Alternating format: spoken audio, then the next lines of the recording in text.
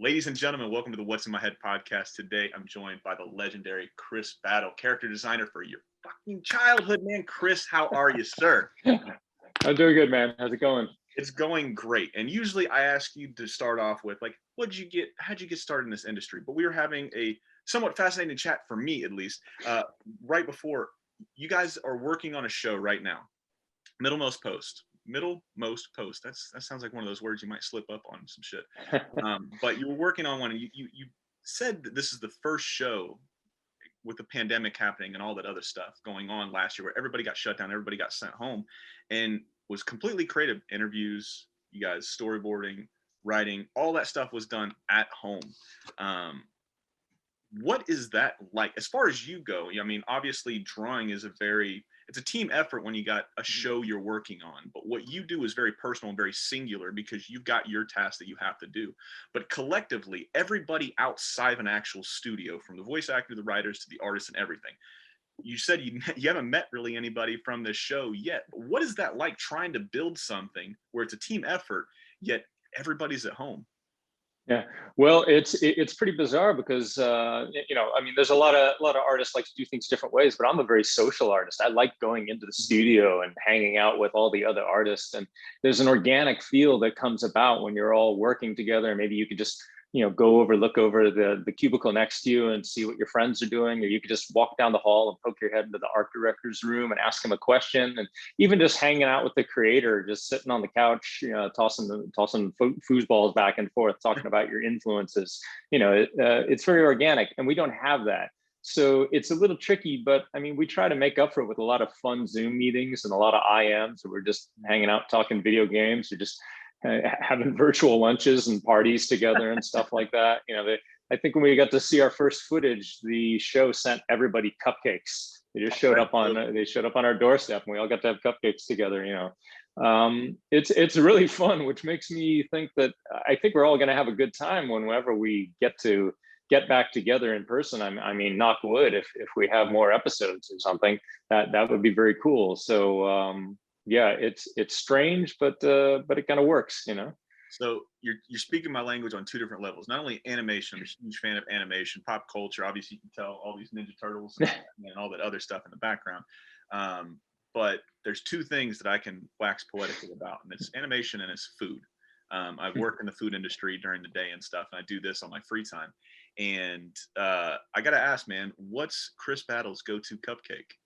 No, I bet you've never been asked that question in an interview. I'm hoping I'm the first. No, you're breaking new ground. I'm digging this. It would have to be anything that would be like a coffee or espresso chocolate kind of thing. If you get some espresso flavor in there along with the chocolate, I'm there.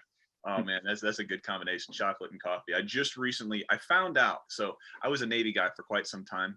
And then I'm in the food industry now, which is kind of like military light. You get to go home at the end of the day, but you still work weekends, you still work long hours and shit like that. And I've always tried to stay away from coffee because caffeine hurts when you quit drinking it and stuff. And people quit? What? Well, yeah, when you quit, right? So I like to do these cycles where, like, I'll stop eating certain foods for so long, and just to see what happens. Like, oh, I'm not going to eat sugar for 2 or 3 months. I'm not going to eat this for 2 or 3 months, or I'm not going to do this for 2 or 3 months, right? And I took a break off of caffeine, and the headaches were horrendous when that happened. Yeah, I recently started drinking coffee again, and holy shit, am I productive? I talk really quickly when I have coffee, but holy shit, am I productive?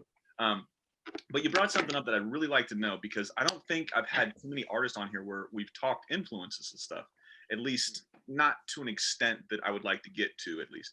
But who were some of your influences growing up? Oh man, growing up in the 70s and 80s, I had a great mishmash of awesome influences. Like I would get classic stuff like, all the, and at the time it wasn't that old, all the Jim Henson stuff, but watching Sesame Street as a kid, and then in the early 80s turned into the Muppet Show. Watching classic animation like Looney Tunes, all the Warner Brothers cartoons, and Hanna-Barbera. There's all the really silly cartoons were big ones for me. And also being like 6 years old in the late 70s, I was a total Star Wars kid, like a lot of Gen Xers. I was just at the perfect age. That was a huge one. And it was just everything, like children's books, comic books, Marvel comics were a big thing. And all the Saturday morning stuff that was on, especially in the 70s and 80s. It was ridiculous how much stuff there was. And then even in the 80s, there was like kind of that first wave of anime that started coming through. Whether it's like things like Battle of the Planets, better known as Gatchaman, or going up to Robotech in the mid 80s. That was a big game changer. And 80s video games, total Nintendo kid. It was just ridiculous how much inspiration there was. But those were a lot of the big ones for sure. Favorite Nintendo game of all time? I usually save all of these questions for the end. However, I like seeing where this is kind of going. But what's your favorite Nintendo game of all time? That's got to be Legend of Zelda: Ocarina of Time on Nintendo 64. That was one of the big ones that just really changed it up for me when I saw if you had the right combination of great concept design, story, and music, and also all the game mechanics, you could really create an amazing experience. Because before that, for me, games were games. You just scrolled your little guy here and you jumped around, and maybe you finished it and then you replayed it again. But Ocarina of Time was the first one where I thought, this is a story and this is amazing and beautiful. And not to mention just the open world, the puzzles, the action. Nothing has done it to perfection like that for me. The N64 is still my favorite console of all time. Nobody, and I mean, there was a few games that I would just pick up, and my younger brother is a lot more apt for video games and stuff like that. His brain works a lot better than mine. I've just got big dumb fingers, and I'm just not very meticulous. I'm not very articulate when it comes to fingers. I don't have the dexterity there. But there was two games specifically: Super Smash Brothers, and then Mario Kart. That nobody wanted to play me. Mario Kart. I still, and it's gonna make it sound like I'm a horrible parent, but I still make my son cry on Mario Kart because he's like, when do I get to win? I'm like, when you get better. You're not gonna beat me in this game. It's not gonna happen. Mario Kart. We played that to death on the original Powerpuff Girls. We brought in N64 there and played it on the big screen that the studio gave us to watch our finished episodes on. We saw a big screen. We did what any 28-year-olds would do. We said, oh, we're hooking up a video game system to the screen. So we played a ton of that. Yeah. So who was if you had to go back in time and you were putting some money down on some of the people you work with for Powerpuff Girls and that N64, just Mario Kart brawls, man, who are you wanting to race and who are you putting money down on? And who was your racer? I usually played Yoshi. I like to have some of those small, fast characters. I think the best player was Dave Smith. I think he had been playing it the most ever since the Super NES days. He knew all the secrets and all the tricks. Yeah, for sure. Yeah, Donkey Kong was always my guy, and now I used for the Switch Tanuki Mario. So Mario Brothers, where he got the leaf, but. I'm going to digress from our video game talk. Even though I like it. I like adding like some of this type of stuff because it's unconventional, it's fun, and then it makes people think and like, oh shit, I remember this, that, and the other. But ladies and gentlemen, man, Chris Battle, like I said, is legendary in this game when it comes to character designs and all the work that you've done. I mean, I rattled off some of these names before, and I'm not going to name them all again, but just to give these guys and girls that are listening, you've got Ahh Real Monsters, Powerpuff Girls, Dexter's Lab, Xiaolin Showdown, which is one of my absolute favorite cartoons of all time, and not enough people talk about it. And then you've got Teen Titans Go. And speaking about Teen Titans Go, and hopefully I'll remember this when we get to that because I don't want to jump too far and earlier and late and all this other stuff, and then it seems like it's jumbled. But were you guys ready? And I don't know if you guys have gotten a lot of hate from it, and I never understood the hate for Teen Titans Go, as far as like you had Teen Titans, right, the original run, and then you have Go, which is a chibi version, and it just seems like the people that like that original show, I like the original show. I love Teen Titans Go. This show is so fun. It's so silly. It's so zany, and it's something my son and I, can watch and laugh at. And it's very rare and far and few between to find something that a 32-year-old guy can laugh at and an 11-year-old guy can laugh at. And then we can talk about like what we seen, what was our favorite parts and stuff. But do you see that being, working and doing what you do? Do you see or the hate, I guess, or the discontent for some of the stuff you work on, or is that something you just try to distance yourself away from? Oh, well, it's easy to maintain distance because we're often working on these things a year before it's ever seen in public. And the thing to remember is that shows like Teen Titans Go, that was made for 7 to 10-year-olds. Yeah. So you know what a 28-year-old thinks about it. It's like, well, it's not the audience. And then of course, you know, you see people kind of turning around on it sometimes when they watch it. You know, I would see the same thing when somebody would complain online about one of the made for adult DC Comics movies about the violence in like Batman Under the Red Hood or something like that. I sat down with my 5-year-old to watch this, and it was too violent. It's like, well, you know, you're not the audience for that. I'm sorry, but you know, there's another Batman cartoon that's great. But with a lot of these properties, you're usually already working on like maybe the 10th version of these things that has ever been made, and so people who only know the previous version aren't going to like the new version. I remember when the original Teen Titans cartoon premiered, people were mad because it was too goofy and it had phony anime, as they called it, because it wasn't the Bruce Timm Batman show. It wasn't as dark as that, you know. And then people love it. And then when those designers went on to do Transformers animated, people saw the first image and they said, "This sucks. This is terrible." But then once they saw the actual cartoon, they're, "Oh, this is great. We love it." So, you know, I mean, I grew up with like the Adam West Batman. And then I read Frank Miller, The Dark Knight Returns. And I'm like, I can't wait to see a real Batman. And then, you know, the Tim Burton Batman came out, and I was like, close, but it's not The Dark Knight Returns. And, you know, then, you know, right? Yeah. I had to wait until you know, the Christopher Nolan Batmans came around to see something that I felt matched what I was waiting for. But, you know, and in between there's all these other versions. So, you know, and this comes from me. Like I said, I was a Marvel kid. But the one DC comic I read in the 80s was the new Teen Titans, because at that time they were new. Marvel. And that was a remake of the 1960s Teen Titans, you know. So yeah, and so I was a huge fan of the original Teen Titans cartoon. A lot of my friends were working on it. When I was working on Xiaolin Showdown at Warner Brothers, I would go down to the Teen Titans unit just to go visit my friends and check out what they were doing, you know. Yeah, so I had much love for the original series and the comic book. So when my friends asked me if I wanted to work on Teen Titans Go, I'm like, perfect. That's the one DC thing I know about, both cartoon and the original. So, you know, it was a lot of fun to work on. And my daughter at the time was in that 7 to 10 age range. And so I would talk to kids all the time. Yeah. And they'd be like, "Yeah, I love that show." I'm like, "Oh, good. You're who it's for." And we have a lot of goofy 80s jokes for the adults if they care to watch. But, you know, you can't please everybody all the time. And so we're like, well, if you don't like this one, there'll be another one, you know, that'll come along for you.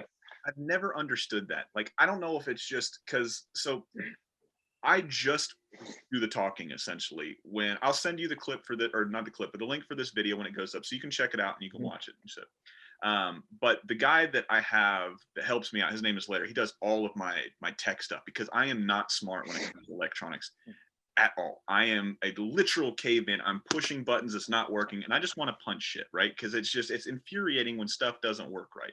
But it's mainly operator error. So he wants me to do these episodes where I like review stuff, right? Or rate stuff, which I don't like doing because I'm not in your line of work, right? I don't think I have a voice to say, "Hey man, what Chris designed, it looks horrible. Somebody else should do it," right?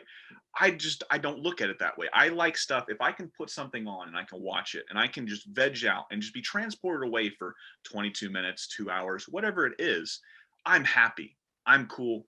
I got what I deserved, right? Or I got what I wanted out of that. I got some kind of time to just decompress and think about other stuff, watching these characters push along a story to get to a specific point. And then for some reason, I don't know what it is about fans. Maybe it's just like they have to have a voice, or the internet's just made it where everybody has a voice, right? Where they have to say, "Oh, this sucks because this one is better." I don't know what it is, but I've always had that mindset. Is like, if I don't like something, it's just not made for me. There's plenty of cartoons, when you were talking demographics, there's plenty of cartoons out there that are made for me, and there's plenty of cartoons that aren't made for me. But when I watch the cartoons that aren't made for me, I still have a good time watching them because they do what they're supposed to. They're supposed to make you laugh. They're supposed to sit there and just mess with your imagination, get you to think about stuff differently. And that's why I like them. But yeah, I've never if we're being completely honest, Chris, I like Teen Titans Go a lot better than the original Teen Titans. That'll probably get, you know, that's probably blasphemous for some people. This series sold me when Robin and the Bird Robin switched personalities, and you got the bird Robin coming in on a grappling hook after he gets his superpowers and shit, and he steals a meatloaf that Beast Boy and Cyborg were making, and then he zip lines out of there. And that moment alone, when I saw that, I was like, I'm a fan of life for this TV show. But going, well, you know, I gotta say, the one thing to remember, that when people do get either very excited or very angry about these things, it's that they feel very passionate about the subjects of the shows, the movies, or whatever. And I mean, that I always look at that as a positive. I'm like, that means that, you know, these characters or these shows, these movies resonate with people. And it's like, you know, if we can know that you can make a dead serious version here, then you can make a silly comedy version, and then you can make that sweet spot, like say with the Marvel movies, or you could do the Robot Chicken style version.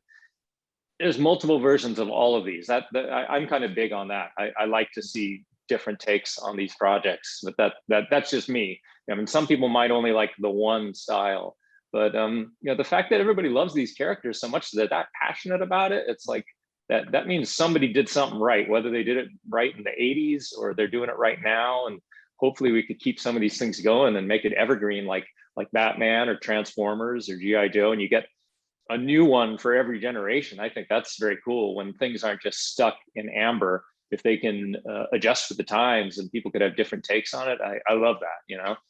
Did you just sneakily throw a Jurassic Park reference in there?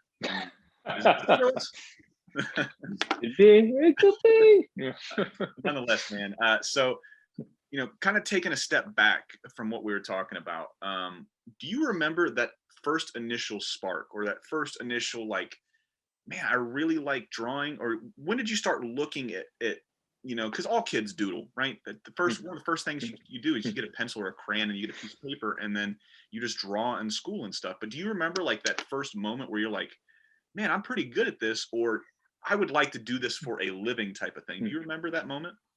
It's hard to remember because, you know, like you said, all kids draw, and I guess I just had a natural affinity for it. And both my parents had art backgrounds. My father was a photographer, and he later became a vocational photographer instructor at the local community college where I grew up.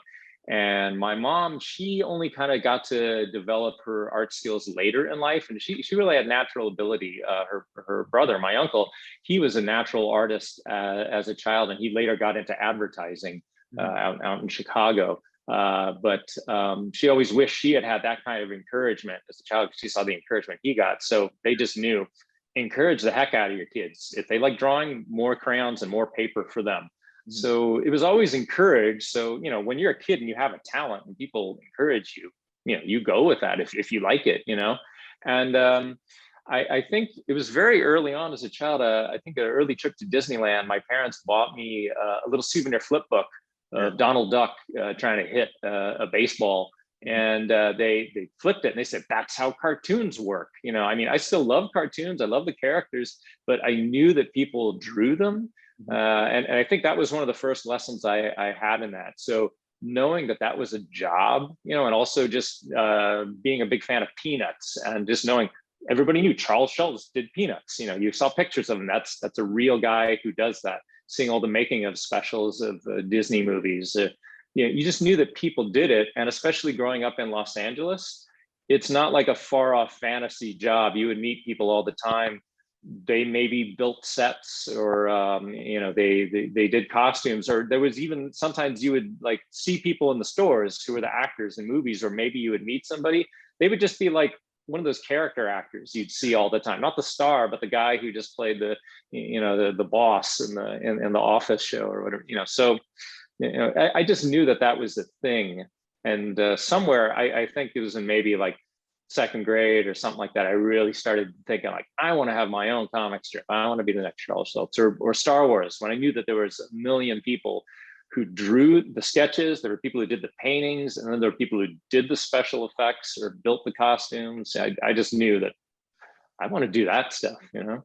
Now I got it around here. Oh, it's right here.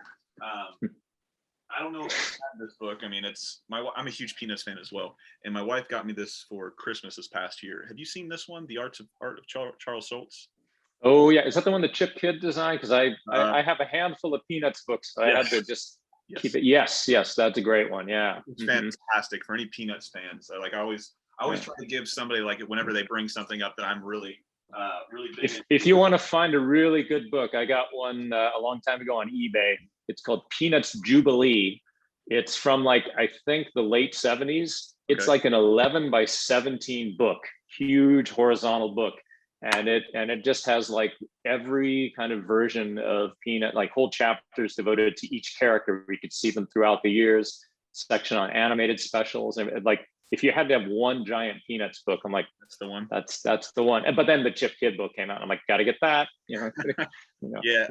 She knows, because every year for Christmas, like, I like decorating for holidays and stuff, and Christmas is always Halloween and Christmas, because Halloween's my favorite, and then Christmas is my wife's favorite. So every Christmas I've gotten a new Peanuts.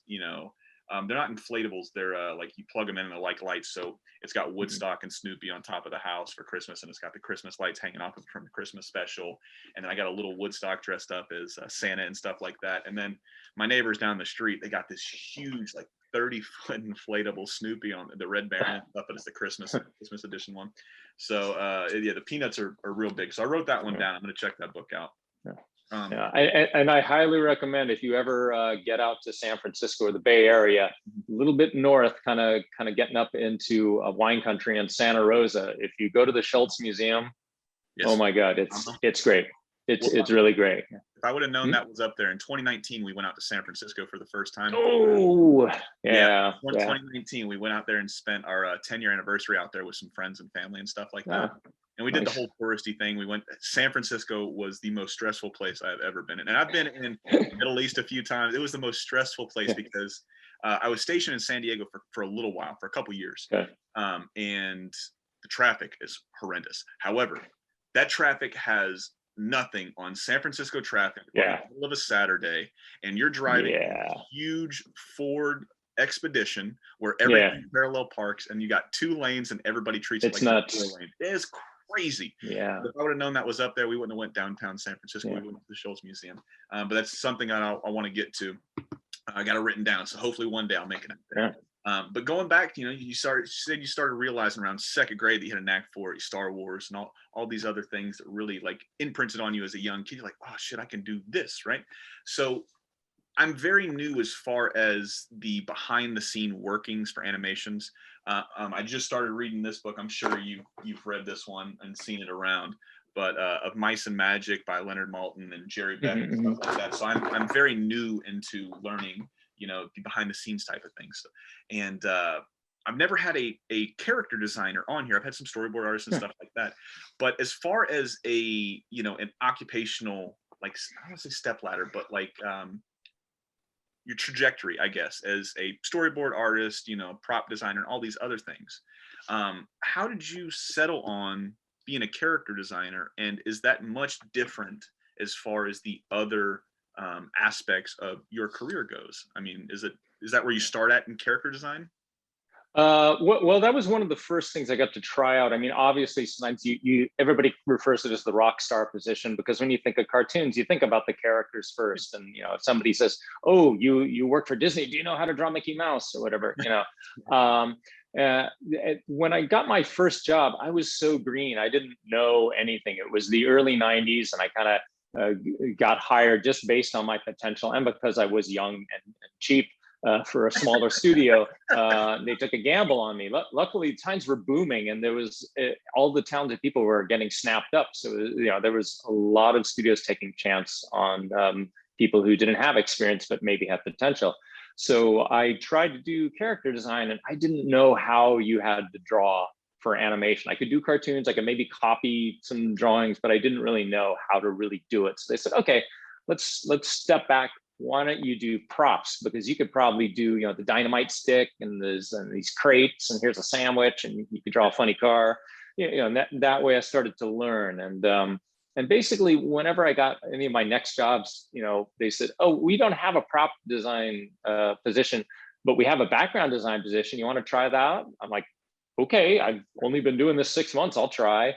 And I found that wasn't really my thing, and I kind of gravitated more towards characters. And after I was doing that for a while, there was a time on Dexter's Laboratory where one of the board artists was kind of burned out, and he wanted to take a little break. And they asked me, "Hey, do you want to like switch with him for just a couple weeks? You want to try a storyboard?" And I'm like, "Sure, I'll try that." And that was a lot of work. That board artists do the heavy lifting in animation, that's for sure. So I just thought, yeah, I'll just go back to design. Thank you very much. Sometimes if you get a chance, you can kind of aim your career towards where you want it to go, or at least you can try. Yeah. What do you think it was about characters in particular that you were gravitating towards so much? Do you have an idea of what that might be, or do you think like, man, I'm just good at it? But I guess that's always the thing that always attracted me to anything, be it comic books or cartoons or comic strips. I always really liked drawing the characters. Yeah. When I look back at any of my childhood art, I'm drawing Snoopy, I'm drawing Yoda, I'm drawing Wolverine. I'm not just, and maybe a lot of times I'm drawing the spaceships and stuff like that. So I'm like, oh, well, that's where I got that from. But I was never necessarily trying to draw the entire Death Star or all of Middle Earth or whatever. So I'm like, yeah, it's pretty obvious. It was the characters that really struck a chord with me all the time. So, gotcha. Now, I told you I wouldn't ask you any questions that were like loaded in a sense that like, hey man, I'm gonna have to ask you to remember something from 30 something years ago. But I got to imagine that at least most people, whenever you do something and it's your first, right? Imprint anything, or I don't want to say that. Just say first day on your job, right? Do you remember like those first couple, like, oh man, did it feel like imposter syndrome? Like, are they going to find me out? They're going to kick me out? Or what did it feel like at first? Absolutely. Yeah. Because my first job was at MGM Animation. It was made up a bunch of artists and producers from who had left Hanna-Barbera at the time, and we were working on the new Pink Panther, it's called at the time. And like I said, I didn't know anything about how things were supposed to be done. I just had the vaguest notion, and I just walked in there, and I couldn't figure out how to do it right, and it was taking me a really long time, and I just thought I was going to get fired right off the bat. And my boss, who brought me in, he just said, it's okay, don't worry. I know you didn't come from Cal Arts, you don't have a whole bunch of experience. Slow down. Let's just try to take it easy and do this here. So it was after that, and I realized that I was kind of getting it right.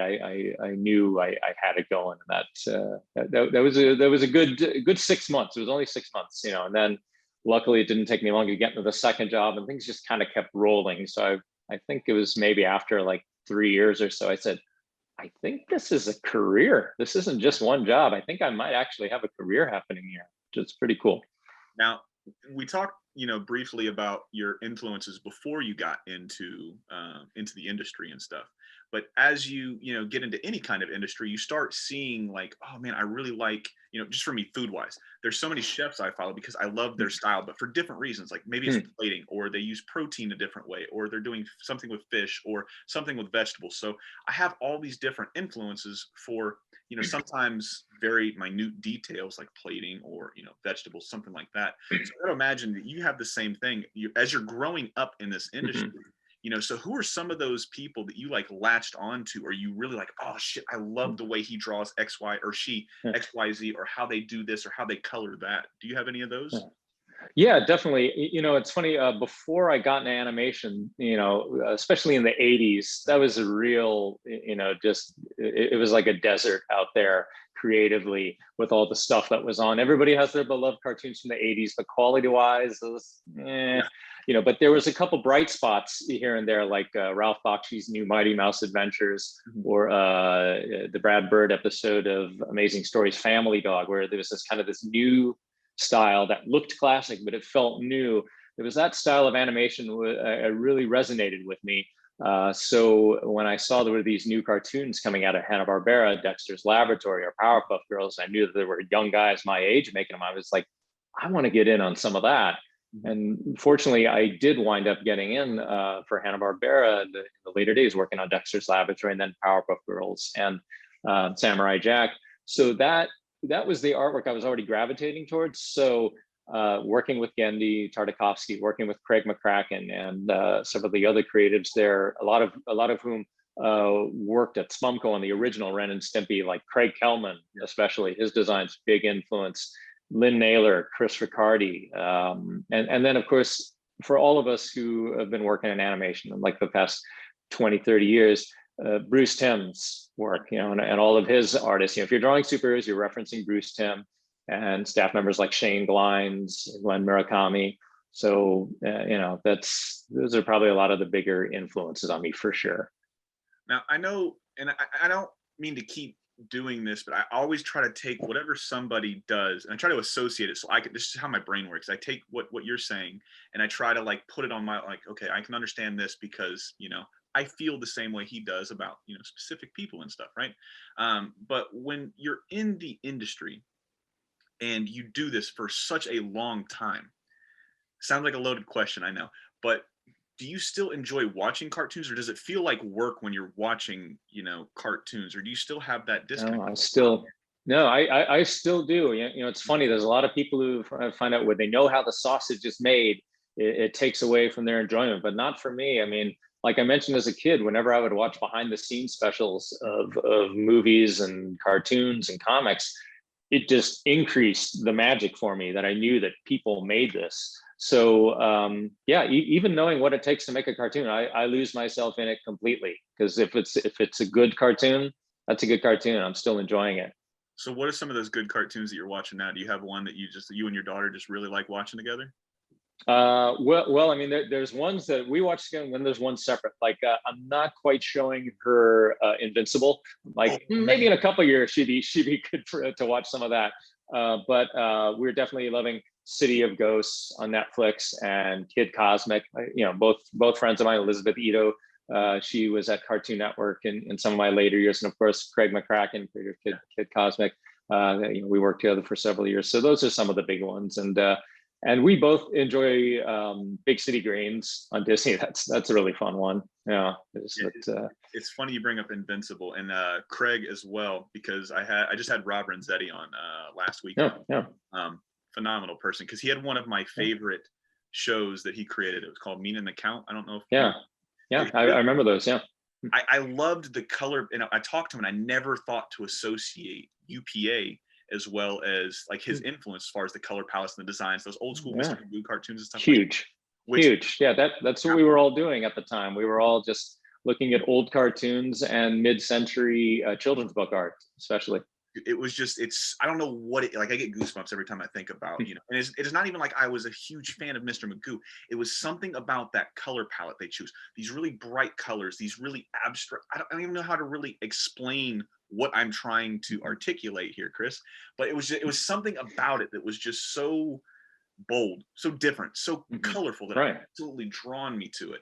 And when I was talking to him about that, we were talking about some of the shows that are coming out now, and I think we talked about it offline, but Invincible, I'm glad you brought up. Have you finished the entire series? Yeah. I won't spoil anything for anybody, but however, that train scene on the last episode was one of the most horrific and beautiful moments I've ever seen on anything, really. I mean, he's sitting there and he does what he does to his son, right? Holding him there for the train, right? And then you see, like I don't know if it's just me, but I understand where Omni-Man's coming from. He's a god. He's come to a planet that it's like everybody is an ant to him. We step on ants and we don't think about it, right? Omni-Man is the same thing with people. And then you look at him, you're like, this dude's flawed, but in his mind, he's right. So are we wrong and he's right? Or is he wrong and we're right? It's just weird. But that scene alone, when you see something like that doing what you do, what goes through your mind? You're like, holy shit, animation has come this far? Or what was going through your mind as a professional, at least? Well, first of all, if it's really well done, I'm just in it. I'm not even thinking about it. I am in with the story and the action. There's also part of my brain going, ooh, these drawings are so good. Look at how well that's animated. That's kind of in the background or whatever, but mainly I'm like into the story, everything like that. So that's when something is a real success for sure. And and then afterwards, you can watch it again, frame by frame it, or go on to all the all the blogs, Instagram, Tumblr, wherever people are sharing their designs for things, and really drink it all in. Especially watching like little bits of animatics that like the board artist did or something. Yeah, it's it's kind of like yourself, like you say with food. if you're given a good meal, you're just like, wow, look how gorgeous this is played. And then you eat it, you're like, oh, this is so good. And then you're like, maybe take your third or fourth bite, like, I can taste what they're doing here. I know that they did this. And if you actually got to maybe watch the chef make it, you're all, oh, that's what you're doing. You went there and you got that ingredient. You get to enjoy it on several different levels. But the first one, it just hits you on that pure level as entertainment. Yeah, it was like, there was a few times of watching that show where I'm just like, oh man, some of the stuff was hard to watch for like a cartoon. Like, holy shit, they couldn't have done this 10 years ago. I was like, this is just, it was just, I don't know, man. That show was. Well, if you're used to watching anime, they can go all over the way with it. But yeah, to see like a mainstream US, and then of course, reading comics, you're like, well, they were doing stuff like this back in the 80s and stuff like that, with Watchmen or whatever. But it's good to see. I think they really straddle the line with Invincible by you almost get a lot of the classic comic book stuff, but with a lot of little tweaks and modern sensibilities. There's some great humor, and it's very, very well done. It is. But going back to you, I think we've given everybody else enough love here for now. But like I said, some of these shows that we had mentioned first, Ahh Real Monsters, the Powerpuff Girls, Dexter's Lab, Samurai Jack, man. One that does not get brought up, at least for me, enough, is the show Xiaolin Showdown.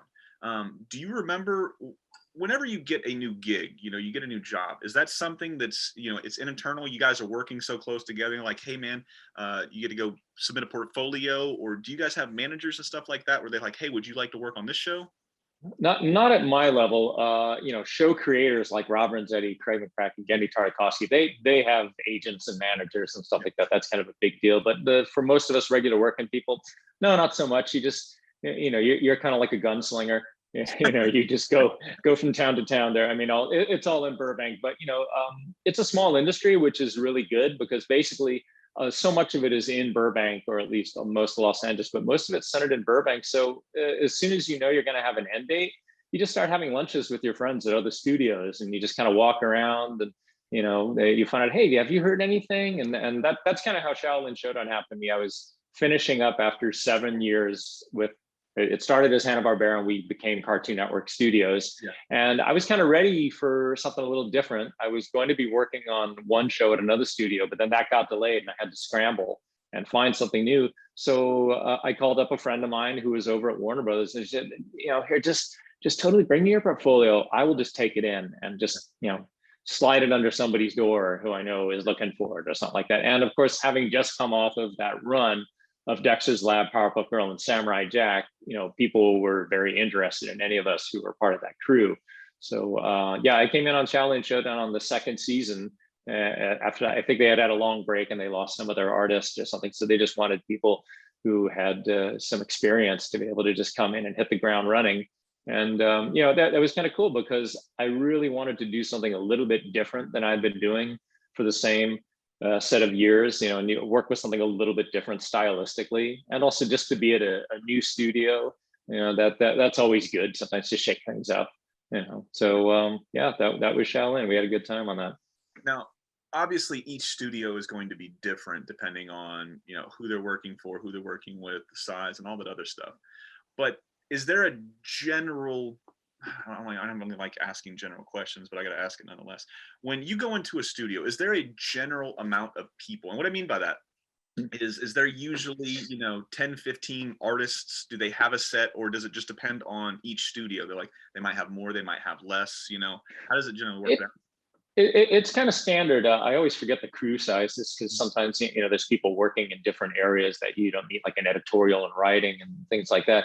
But usually for most shows, there's going to be 2 character designers, 2 background designers, 2 background painters, 1 or 2 color designers, and sometimes there's cleanup artists and things like that. And there's like, God, I'm trying to remember if it's usually like 6 to 8 storyboard artists. And sometimes when things get busy, there might even be like a 3rd character designer, a 3rd background designer to help out when things start getting backed up. And if a show gets that big, that person might come in-house or something. So usually, you're kind of working as a team. You'll split up an episode where each of you are working on the same show, but they're handling that character, you're doing this one, and you have support to help you out. And that's what I was mentioning, how it's always fun to be working with a lot of other people, because you think you're a good designer, but then you get to see what the other artist is doing, and that kind of, you learn from them, they learn from you. It's it really feeds back on itself in a really positive way.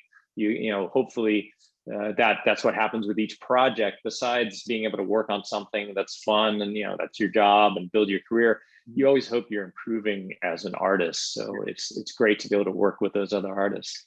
So what is it like now? Obviously, we talked just briefly on MiddleMost Post and everybody being so segmented because of COVID, right? Everybody's at home. You guys still have Zoom meetings, kind of like we're doing now. You still miss something when you're not face to face with somebody. It's social cues, it just seems more camaraderie. Like the camaraderie's there more, right? Everybody's there. You guys are in the trenches together. So, but artistically, you're in the creative endeavor you are, is it more difficult, not for you to get out of bed in a sense like, oh shit, I don't want to do this, but is it difficult to get the gears rolling when you're just running solo by yourself?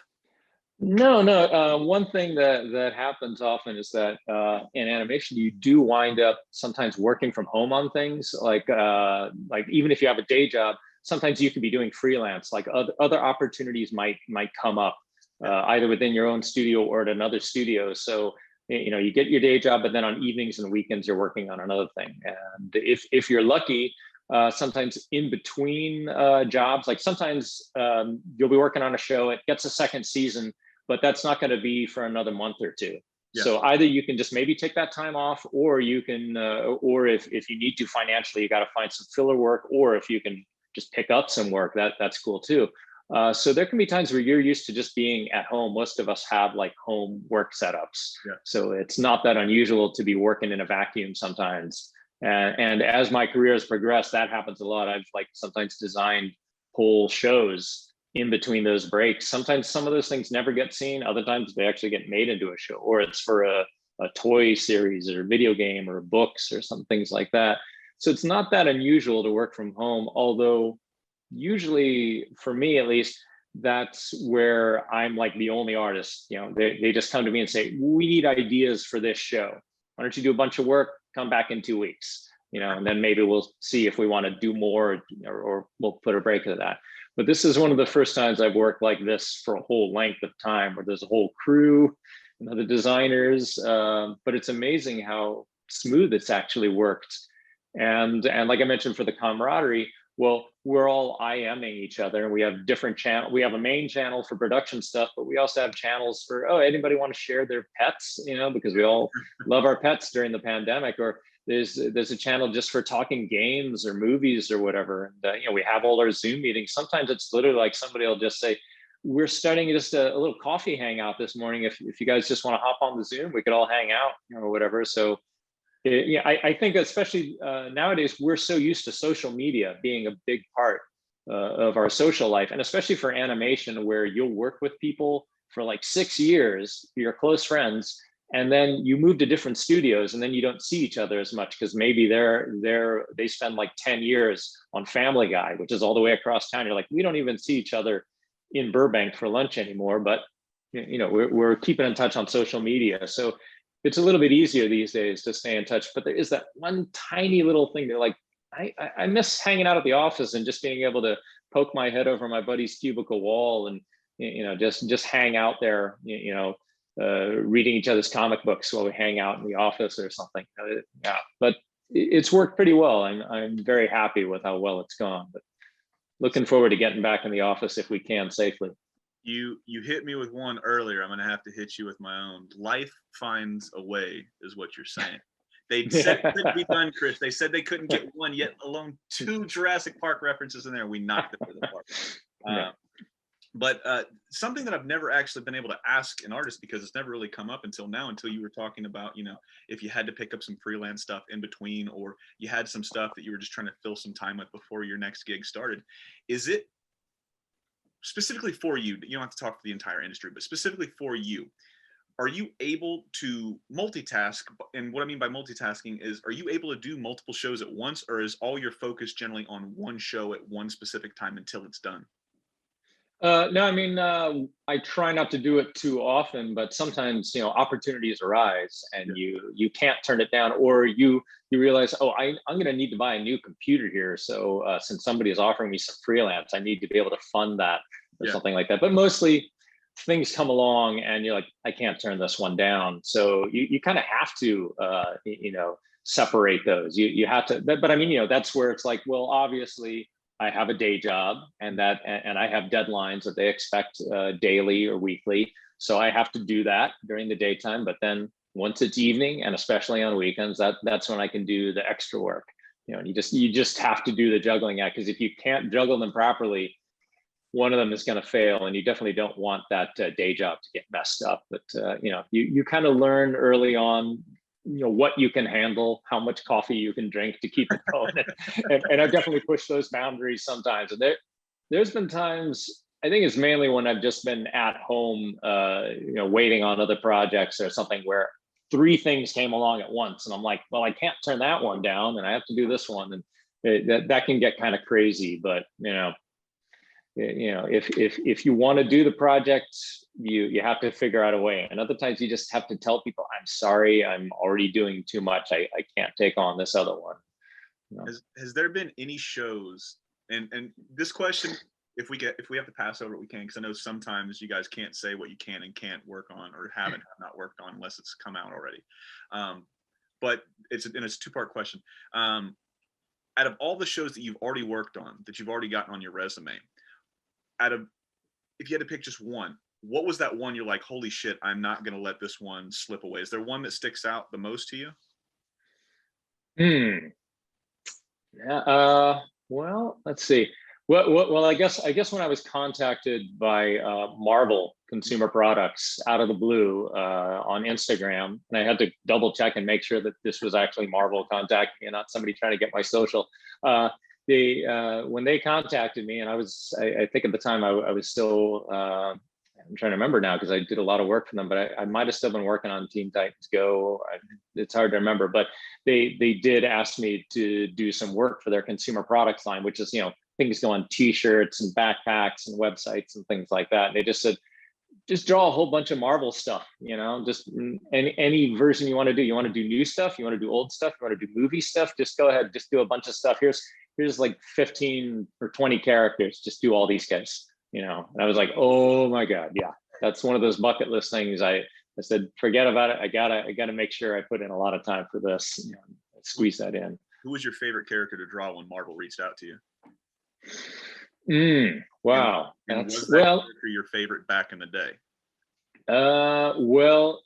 It's funny, I kept doing different waves. Like in the first wave, I did a lot of the Avengers. So I was like, oh, Iron Man is really cool, because who changes their look more than Iron Man? There's a million different versions, so that was pretty cool. But when I got to the X-Men, they said, yeah, we want you to do Wolverine. I'm like, oh man, yeah, okay. 9-year-old me would have been pretty impressed on this one. That was pretty cool. Is he your favorite X-Man of all? Well, right, isn't he everybody's? Yeah. Colossus is my guy. I don't know what it is about the big old Russian. I don't know. It had to have been when Chris Claremont and Jim Lee did that run when the animated series was up, the X-Men animated series back in the day. Mm-hmm. I don't know what it was. It might have been the first episode I've ever seen, but I see this big, just silver guy, and he had red and yellow. I was like, holy shit, that dude's big, and he's colorful, and you can't hurt him. I'm like, sign me up, because I was a short little pudgy kid. I essentially peaked in high school. I became 6 foot, or not high school, excuse me, in middle school. I got like 6'1", 6'2" by like 7th, 8th grade, and nobody picked on me anymore. So I was the big guy, right? So I was like, oh man, I want to be a big guy one day. And I remember seeing him, and he would just smash stuff. But to be fair, Wolverine's top three, it went Colossus and the Nightcrawler, right? Yeah, he's the close second, I think, probably. Yeah, he's just a fantastic character. There's so much untapped potential with Nightcrawler. What we're getting at, man, really is, when are you going to do an X-Men show, Chris? As soon as somebody lets me. No, it's interesting at Disney right now. I don't know if you had seen the press releases. They are doing a new cartoony, fun version of Moon Girl and Devil Dinosaur.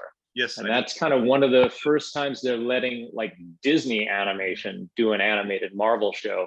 Probably one of the few times they're really doing a cartoony version and not really, you know, the standard realistic comic book thing.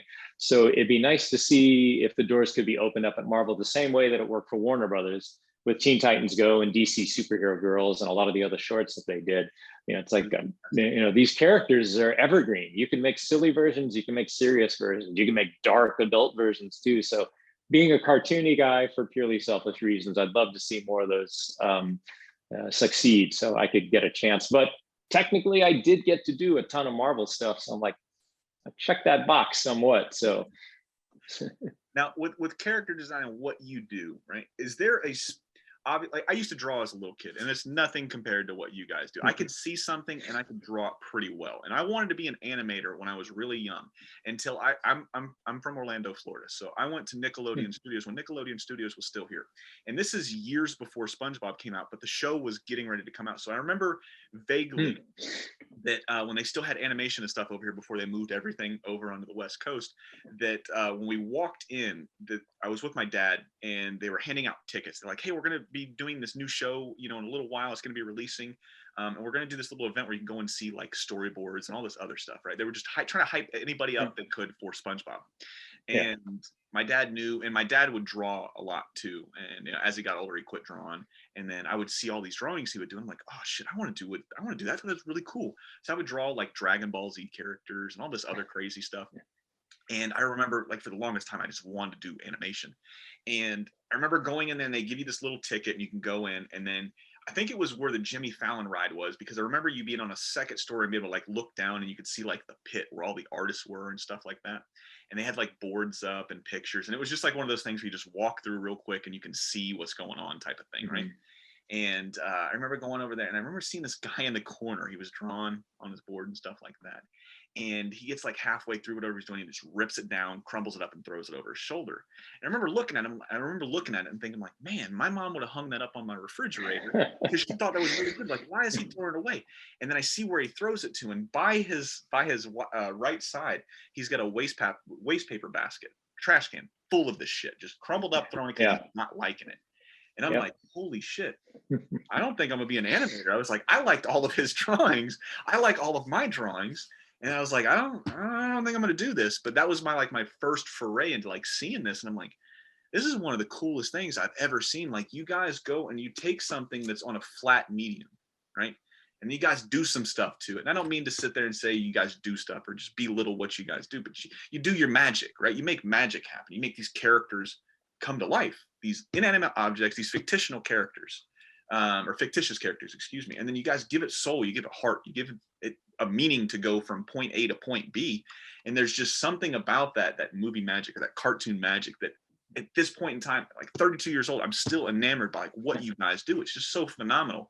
I mean, do you ever, sitting back and looking at everything you've done, do you just sit back and think like, holy shit, man, my life could have went differently if I didn't have that first job? Was there anything else other than animation that you really wanted to chase?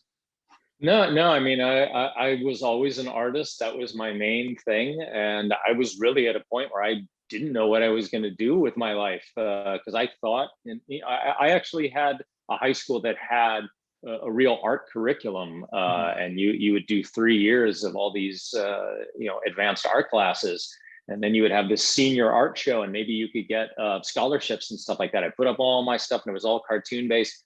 Didn't get one award, nothing, because that wasn't real art, according to people. My teacher, he fully supported me, but the judges or the other faculty, they weren't really down with that, even though all my friends said, we like your stuff the best. And I was kind of like, well, that sucks. I don't know what I'm going to do. I love comic books, but a long time ago, I had cast my vote in the cartoony section because I thought, man, drawing realistic, that's hard. I can't be a comic book artist. And I thought, well, I love comic strips, but I'm not going to invent the next Calvin and Hobbes. I don't have endless ideas of characters. And I thought animation, I'm like, animating, I know you do a million drawings just to make a ball bounce across the screen. That sounds like a ton of work. I'm not into that, And so I didn't know what I was going to do. I was taking community college courses in like graphic design and advertising marker stuff, both two areas where digital completely wiped out whatever techniques I would have learned in that. So it's a good way to pursue that. it was just random luck and timing that just led to me getting a job that is my dream job. I mean, I don't know what I would have been doing. It's just a thing where you dream of some kind of fantasy job when you're like 8 or 9 years old, and maybe you hang on to it a little bit longer, because growing up in LA, that yeah, I did see that was a possibility, but you don't necessarily think it's going to happen. So it's kind of wild that it really did happen for me. And several decades later, I'm still here doing it and still enjoying it.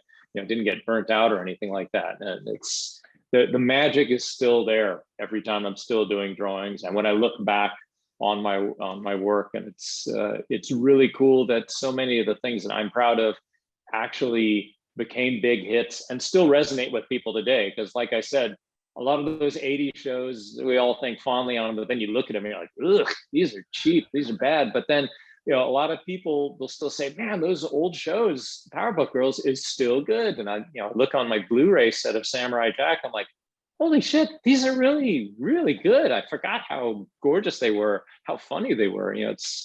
It's really an honor to be part of that, I mean, if anybody should have the honor, man, it's people like me getting to talk to people like you, man. Like I said, I know you didn't create these shows, but you had a hand in creating the essence and the soul of these characters in these shows. Yeah, they could have found somebody else, but your track record speaks for yourself. Like I mentioned all the shows you worked on, and I mentioned, we didn't even mention all the ones you've worked on your entire career, just the ones that resonate with me, right?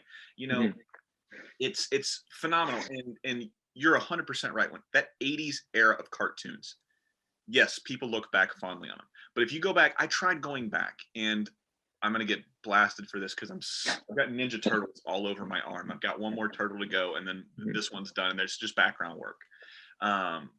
That 87 cartoon series is not that good.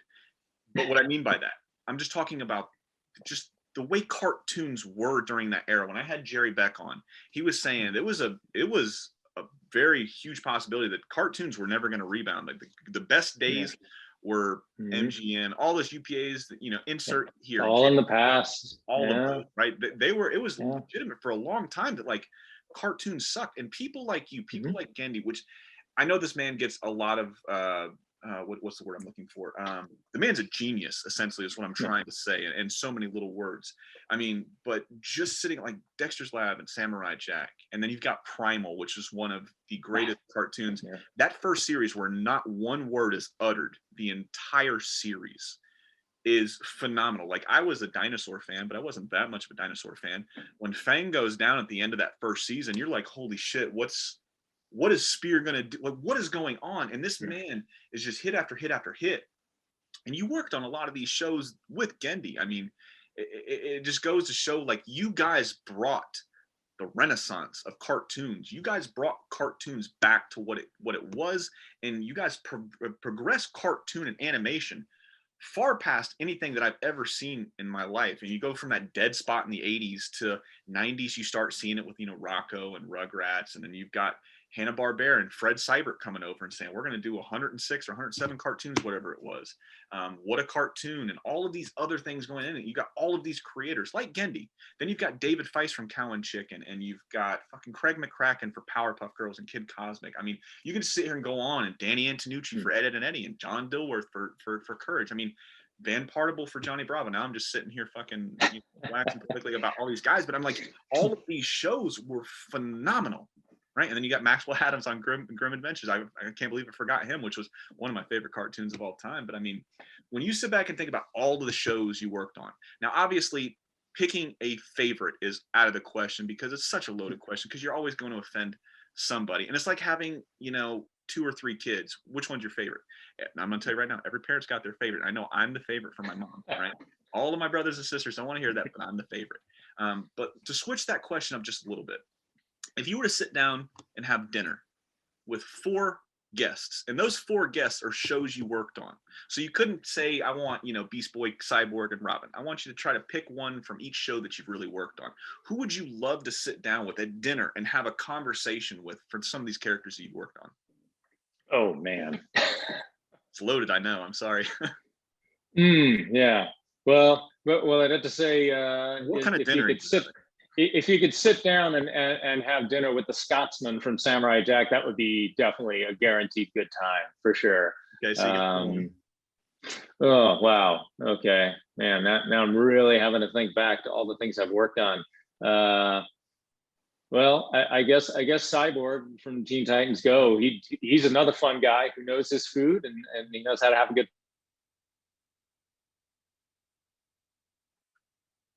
time. I know. That's when you know I've worked on too many shows. It's taken me that long to. Are you having waffles for dinner? Is that what we're doing? Are we having waffles? I don't know. Hey man, what was that one? The burger and chorito pizza thing that was all in one. Oh yeah.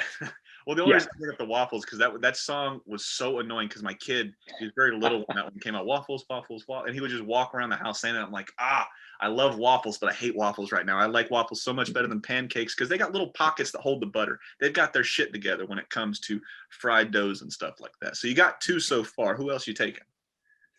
Wow. Yeah. Well, I'm drawing a blank here, man. I know. I'm like, yeah. Who else is fun to hang out with for dinner? You're not going to take Dark at all? Well, I guess Jack would be good because you know he knows all about Japanese cuisine, good traditional Japanese cuisine. So that would be good to eat with him. And wow. Yeah. I usually don't like doing this, but I figured it'd be a fun little thing instead of like, oh man, who is your favorite to draw? Because everybody always asks that, and it's just you're never gonna please everybody. Yeah. Well, I guess we could just say Fred Flintstone because he knows about the Brachiobrontosaurus ribs, I guess. Oh man, a big old cowboy ribeye from Fred would be fantastic. So we've hit the 1 hour mark, and I usually like to do the last few minutes, fan questions. And some of the I don't have my book that I had the real important one, but I don't know. Whenever you work on a series, obviously you're doing the character designs and stuff, but do you get to see or input anything as far as like story goes? Like, oh man, I see this character doing this. Have you thought about doing it this way? Or is that just something that character designers and storyboards kind of, they have their job and you have your job type of thing? Does that make sense? Yeah. That's usually, we kind of come in a little after the fact because, whether you have a show that's board driven or script driven, that's usually, there's usually a writer who will maybe write out a premise. They'll sit there with all the board artists and think about storylines and stuff like that. Or writers will just write in their scripts. And that's usually the stuff that the creator or the showrunner would be most involved in. And it's usually only the visuals that we might come in for. Like sometimes a showrunner or the writer will say, well, this is definitely supposed to be a parody of this guy or something. But sometimes they might have a thing where it's like, well, I don't know, this is just a guy. Maybe he's supposed to be a supervillain, or this is just a dad. Yeah. And you might sit down with the showrunner, the director for that episode, and maybe they'll have an idea, maybe not. You say, I was thinking of, why don't we just base it off of this thing? Or I was thinking of, he could look like a big guy, or, sometimes it comes down to voices as well. Because if you're thinking of making a little skinny, nerdy dad, and it's like, oh, turns out we have like this ex-professional wrestler who does the voice. So it's this big booming voice, like, oh, no, this is not like a skinny white man at all anymore. So, there's a lot of things. So yeah, we don't usually get to drive the plot. Yeah, we just can usually work a little into the visuals if we're lucky. Now, and this is one question that I just thought of, but I thought it'd be fun to ask, man. So how as you get older, your tastes tend to change, whether it's food, what you like to do, what you don't like to do, what you like to drink, and all that other stuff. As you get older, your taste buds and your style and all that changes. Have you noticed a considerable difference from when you first started drawing? And I'm not saying like you got better because you had more experience and all that other stuff, because you said that when you got your first job, you really didn't know what the hell was going on, because you knew you liked to draw and everything. You knew you wanted to do this. But have you noticed a considerable style change from when you first started, and maybe the first couple years when you're getting in and rolling and stuff like that? Did you start doing things differently? Well, just that my skills got sharper, and I got to what I was aiming for. I could look back at like some very early drawings of that new style animation that I was trying to emulate. And now that I've worked with a lot of the people who created those styles, and I've seen the sources, like UPA or mid-century golden books and things like that, now I learn, what goes into the mix, and I've kind of got my artwork to where I always wanted it to be, which is kind of nice. I still gravitate stylistically to the same things that have a strong visual style. Like when you think of a lot of those UPA things, you think about things that have like strong graphic shapes. Whereas I've never been really drawn so much to like Disney feature animation. Yeah. Or I enjoy action stuff. I love that stuff. And I'm like, well, I'm not drawing the realistic stuff. I couldn't draw Invincible style or Young Justice style if I tried, but I just enjoy that. But that can inform some of the cartoony stuff as well. But yeah, it's mainly that strong graphic stylized visuals. I still like that the most, whether I'm reading a comic book or watching a cartoon. And it's definitely what I like to draw. Are you reading comics now?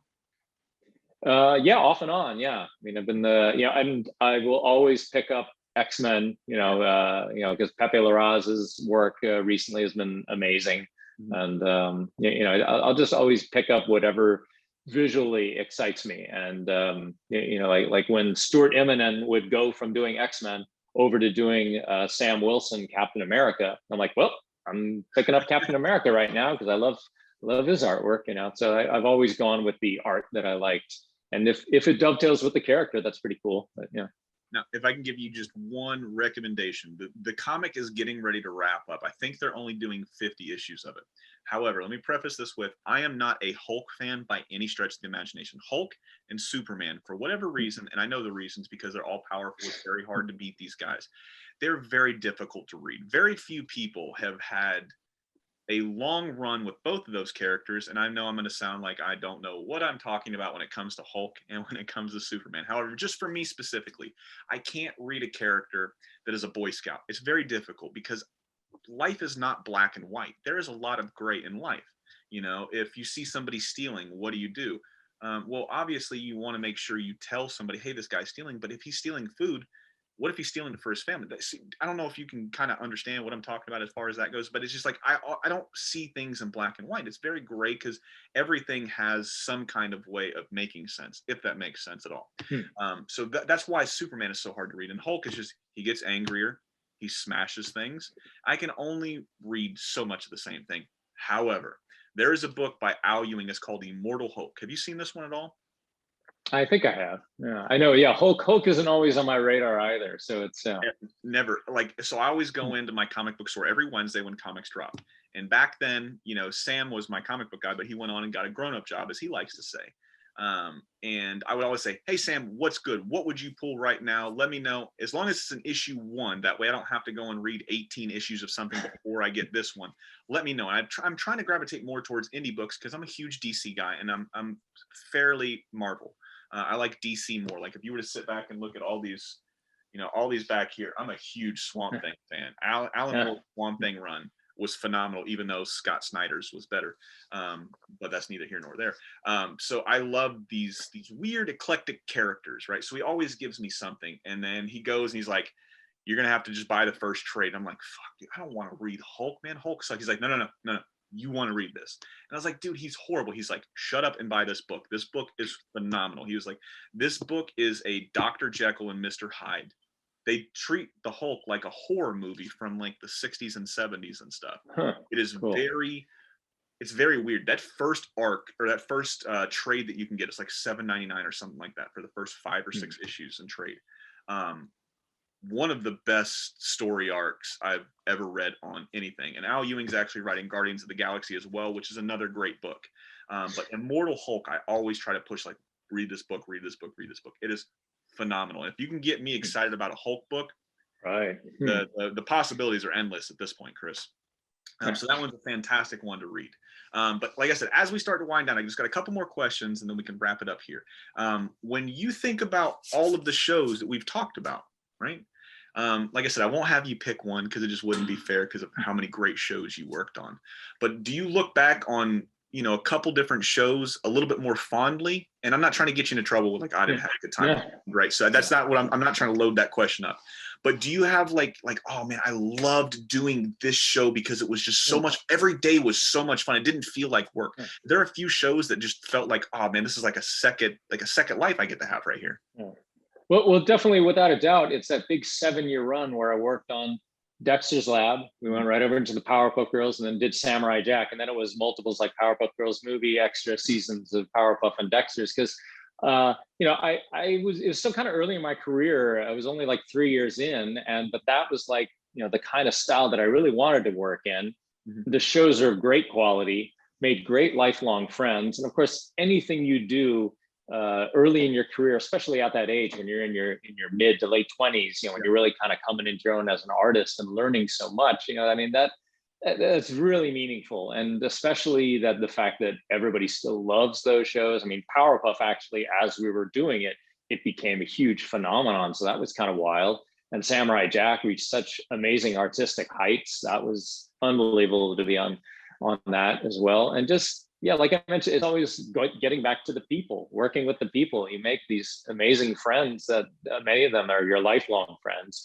And you learn so much from all the other artists you work for. That's another period of huge artistic growth. I am still benefiting from the fact that I worked with all these great artists. I mean, I never went to art school. I didn't go to Cal Arts, but working with all these people who did go to Cal Arts or who had worked on so many famous shows, kind of by osmosis, just working with them. My skills really grew during that period. Those are some of the most important years for me, for sure. Well, I mean, iron sharpens iron, man. When you guys are in the pits every day, just trying to push each other to go further, do better, get cleaner. Yeah. It's just nothing but positive. And then when you start to sit here and look back at where you started and where you're at now, I mean, I got to imagine it's leaps and bounds. This was so fun about social media, and it was also so bad, is depending on the day, whenever you see one of those memories, oh, you shared this 5 years ago. I remember one of the first pictures I ever shared to Facebook when it came to food. I went back and I saw that thing from like 10 years ago and I wanted to hang myself. It was horrendous looking because I saw that plate, I saw that food. I'm like, that tasted like absolute shit. It wasn't until 4 years ago that I really started to cook and I really started to understand what fat does, what salt does, what acid does, right? All these three things combined does something spectacular to whatever you are doing it with, right? Whether it be protein, whether it be a vegetable. So I started to really understand what my job was. And then I started to understand like, oh man, I can cook. I might not be the greatest, but I can cook. And then you start getting more experience and you start working for this person, that person. You start taking all these little things. You always take what you like from people. You don't ever want to do what you don't like, right? So whether it's leadership style, whether it's, how they cut, how they do this, how they do that, right? So it's always fun to pick and choose like what you can to make you a better person at what you're doing. So I always like hearing that shit, man. It's totally the same. Yeah, you hopefully you're growing. And it never stops. I look at every new project as a chance to improve or to try some new ideas, or I hope that it'll always be that way. So far, it keeps working.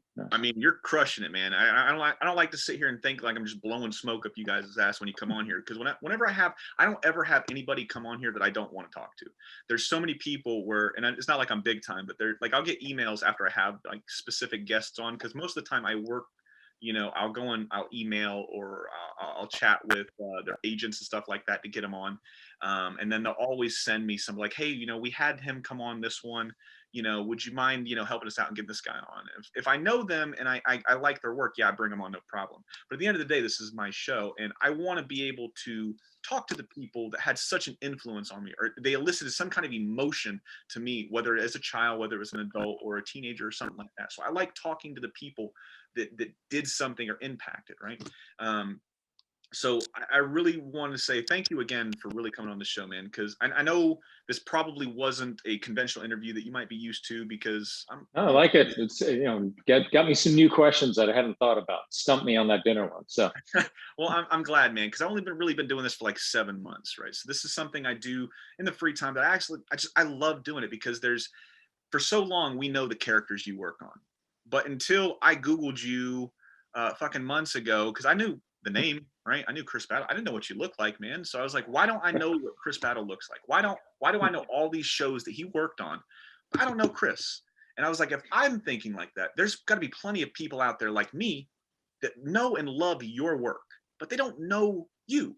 And that's what's so great about just having a chat like this. I get to see how your brain works to a small extent because, we're only chatting maybe for like an hour plus maybe. I only get to see certain things that you let me in to see type of thing. But it's really cool getting to meet the people that left an imprint, left an impression on you at such a young age. And to know that I get to take what you worked on and pass it down to my 11-year-old, Hayden, right? And then in a month or so, even though he really won't remember it until he gets a little bit older, I get to introduce Cooper, my next son, to it's a whole nother generation of people. I get to share a love of something that I had at their age, or maybe a little bit older, or maybe a little bit younger, depending on where they're at in their age, that I get to share something that you helped create, that you helped take from your brain. It shot down your arm. I don't know if you're right-handed or left-handed, so I just use my right side because I'm right-handed. I'm a righty, yeah. Okay, cool. So I was going to say, we might have to cut that out. No, we're going to leave that shit in. But it comes out of your arm and goes to your fingers and then goes onto a piece of paper. Or in these days, it's on an iPad or, whatever most people work on these days, right? So it's fun and it's interesting. And, if anything comes out of this, man, I just really want to thank everybody, especially you because you're on the podcast right now, but anybody I have on to say thank you for everything you've done. Because without you, yeah, somebody else might have done this, but without your style, and without your progression and your help, I wouldn't be, I don't think, as enamored with a lot of these things that I am if it weren't for you, man. And I really got to say thank you for everything you've done, Chris. I really appreciate it. Well, I'm happy it's entertaining. I'm happy it's getting to entertain your kids as well, because I was one of those kids just getting entertained by all this stuff, so many years ago, and it's been very cool to kind of be part of that same history, maybe inspiring another generation. That's kind of wild to think about, but yeah, it's very cool to be part of it. I mean, I said this to a guy. I don't know if you know him. Do you know Chris Bailey? No, I don't. Okay, so he did. You remember the movie Hocus Pocus? Yeah. Okay. Okay, so he did a lot of the animation for what was the cat's name? Thackeray Binks, the little black cat that talks and all that other stuff. He did a lot of the animation for that back in the day. And I threw this out there, and it made him, I don't want to say it made him feel bad, but he laughed it off, right? Because one of his hugest influences was Chuck Jones and Tex Avery and stuff like that.